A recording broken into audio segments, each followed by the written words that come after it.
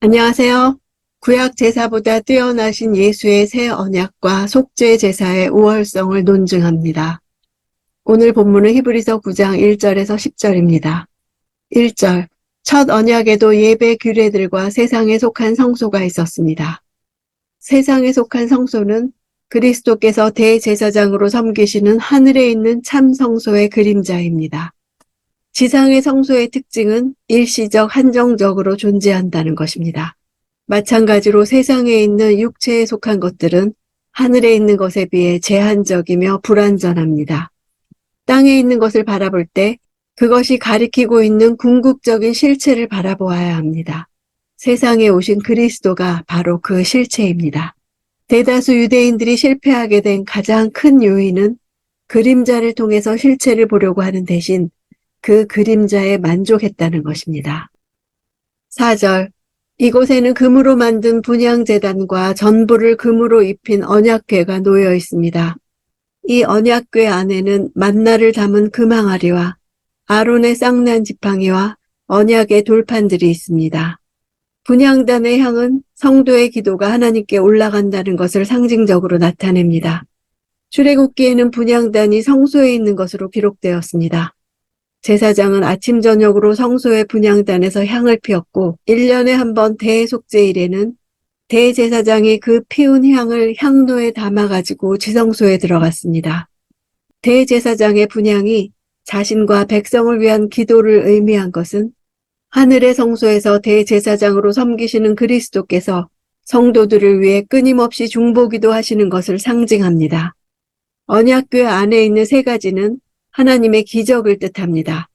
기적을 보여주셨으나 만나로 먹이셨음에도 불평하고 하나님이 세우신 아론의 권위에 도전하고 금송아지를 섬김으로 십계명 돌판을 깨뜨린 전적인 인간의 타락과 실패를 뜻합니다.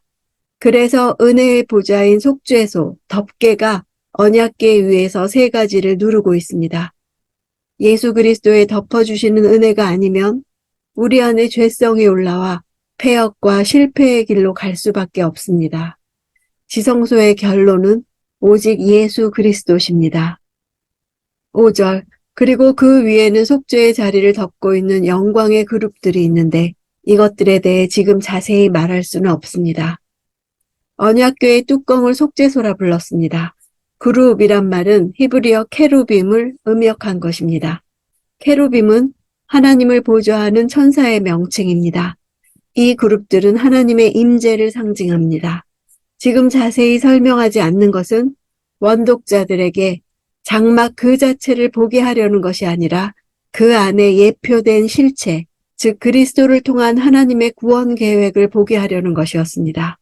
하늘에 있는 실체의 모형이었으므로 그것이 지닌 상징성에 주목해야 했습니다.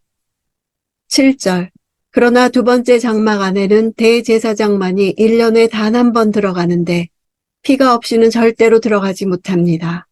이 피는 그 자신을 위하고 또한 백성이 알지 못하고 지은 죄를 위한 것입니다. 지성소의 대제사장만이 1년에 한 번 들어갔다는 것은 구약의 제사 제도가 완전하지 못했음을 알 수 있습니다.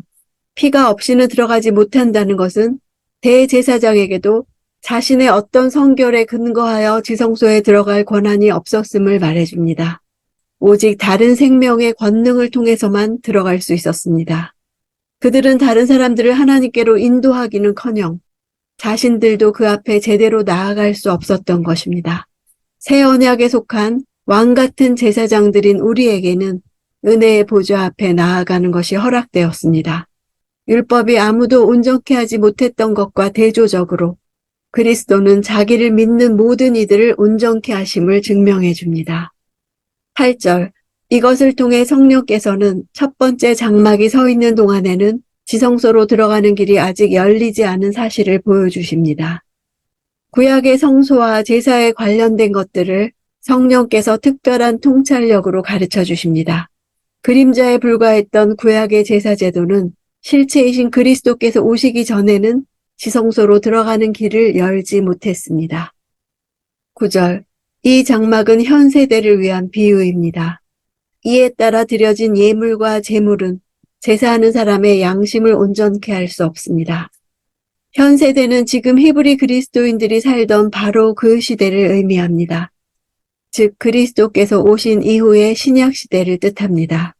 동물 제사의 불완전함은 제사 드리는 자들을 양심에 관해서 온전한 사람으로 만들 수가 없었습니다. 예물과 제물을 끊임없이 드리는 것은 그것들이 제사하는 사람을 완전하게 할 수 없다는 반증이기도 합니다. 양심은 의로우신 하나님 앞에서 옳고 그름에 대한 판단을 하게 해줍니다. 옛 언약 아래서 유대교가 계속해서 제사를 드렸지만 인간을 죄의식에서 해방시키지 못했습니다. 참된 예배는 양심에 만족을 주는 것이라야 합니다. 이것은 오직 완전한 대제사장이신 그리스도께서만 하실 수 있는 일입니다. 하나님과의 화목의 관계와 직접적인 교제를 가능케 하는 것이 진정한 의미에서의 사죄의 결과입니다. 장막을 통해서 그것의 실체인 그리스도에게로 나아가야 합니다. 10절 그것들은 먹고 마시는 것과 여러 가지 씻는 의식들과 관련된 것들로서 단지 개혁의 때까지 부과된 육체를 위한 규례들에 지나지 않습니다. 육체를 위한 규례들은 외적 정결만 다룰 뿐 아무리 구별해서 먹고 몸을 깨끗하게 씻어도 완전함에 이를 수 없었습니다. 인간의 문제는 외적 육신에 있지 않고 내적 마음에 있습니다. 개혁이란 단어는 어지럽게 된 것을 바로잡는 것, 올바르게 정돈하기, 올바른 대우라는 뜻입니다. 의학 용어로 쓰이기도 했는데 기형의 수족을 바르게 한다는 뜻이었습니다.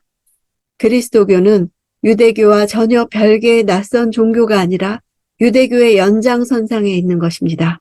유대교의 한계를 알고 새로운 모습으로 바로잡는 것입니다.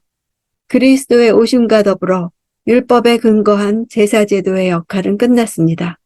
이제 새로운 질서가 확립된 것입니다.